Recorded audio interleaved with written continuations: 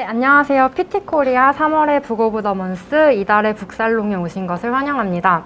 오늘 새로운 도서를 추천해 주실 스칼렛 자기소개 부탁드립니다. 네, 안녕하세요. 저는 GXG 4팀에서 팀 리더를 맡고 있는 스칼렛이라고 합니다. 반갑습니다. 네, 오늘의 첫 번째 도서는 도리스 메르틴의 아비투스입니다. 소개 부탁드릴게요.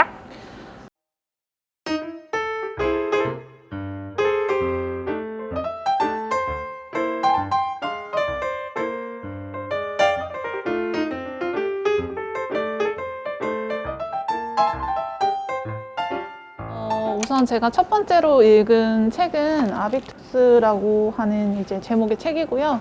이 책은 우선 제가 서점에 갔을 때 이제 가장 베스트셀러 1위로 이제 등극하고 있기도 했고, 또 이 책이 주는 그런 제목과 설명에 이끌려서 이제 구입을 해서 읽게 되었고요.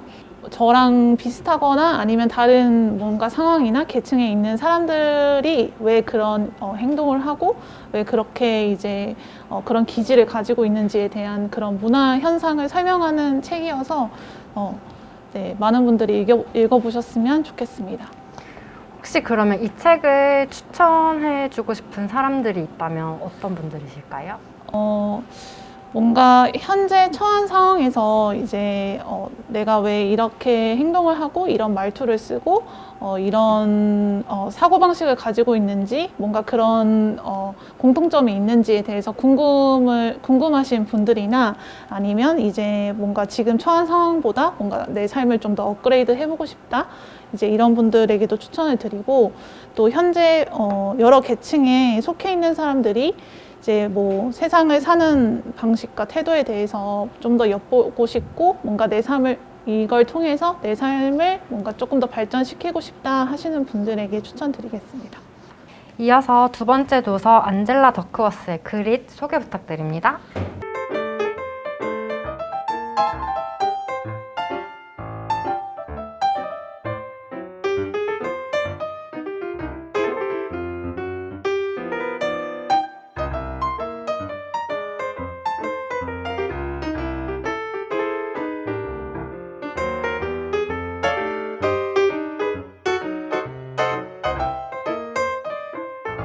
네, 제가 두 번째로 읽은 도서는 그릿이라고 하는 이제 책인데요. 우선 그릿이라는 뜻은 뭔가를 포기하지 않고 또 노력하는 힘이라고 볼 수 있고요.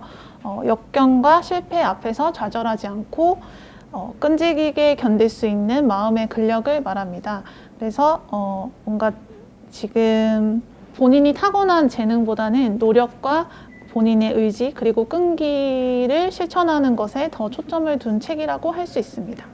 네, 이 책에서 저자는 말씀하신 것처럼 선천적으로 타고난 것들, 즉 재능보다 노력과 끈기가 더 중요하다고 서술하고 있는데, 혹시 스칼렛도 이에 동의를 하시나요? 네, 저는 동의를 하고 있는 편입니다. 우선 저 자체도 뭔가 태어났을 때부터 지닌 재능보다는 살아오면서 끈기 그리고 스스로의 노력에 의해서 항상 뭔가를 성취를 하고 살아왔던 사람인데요. 네, 그래서 우선 이 책의 내용에 많은 동의를 하면서 독서를 하게 되었습니다. 혹시 그러면 하나의 목표를 세웠다가 도중에 포기했던 경험은 있으신가요? 네, 제가 구체적으로 기억은 나지 않지만 아마 대학생 때 많은 전공 과목들 중에서 제가 자신이 없는 부분에 대해 좀 열심히 노력을 하지 않았던 기억이 있어요. 그래서 좋은 점수를 받지 못했는데, 그때에 제가 받았던 실망감에 저는 앞으로 다시는 이런 저의 마음 상태를 가지지 않겠다라고 결심을 하고, 그 뒤에는 이제 저와에 대한 약속을 지키기 위해서 항상 끈기 있게 노력을 하는 편이고 포기를 잘 하지 않게 된 것 같습니다. 혹시 그러면 요즘에도 매일이나 아니면 주기적으로라도 열정을 갖고 노력하고 계신 일이 있을까요? 마침 회사에서 자기계발비를 지원을 잘 해주셔가지고 저는 매일 아침 일주일에 3번 정도 중국어 화상 강의 수업을 듣고 있고요. 이제 중국어가 지금 현재 회화 수준만 가능한 수준인데 조금 더 열심히 해서 끌어올려서 비즈니스 중국어 회화까지 가능한 수준으로 만들어 보고 싶습니다. 네, 꼭 성공하셨으면 좋겠습니다. 이제 마지막 도서 김승호 회장의 돈의 속성입니다. 간단히 소개 부탁드릴게요.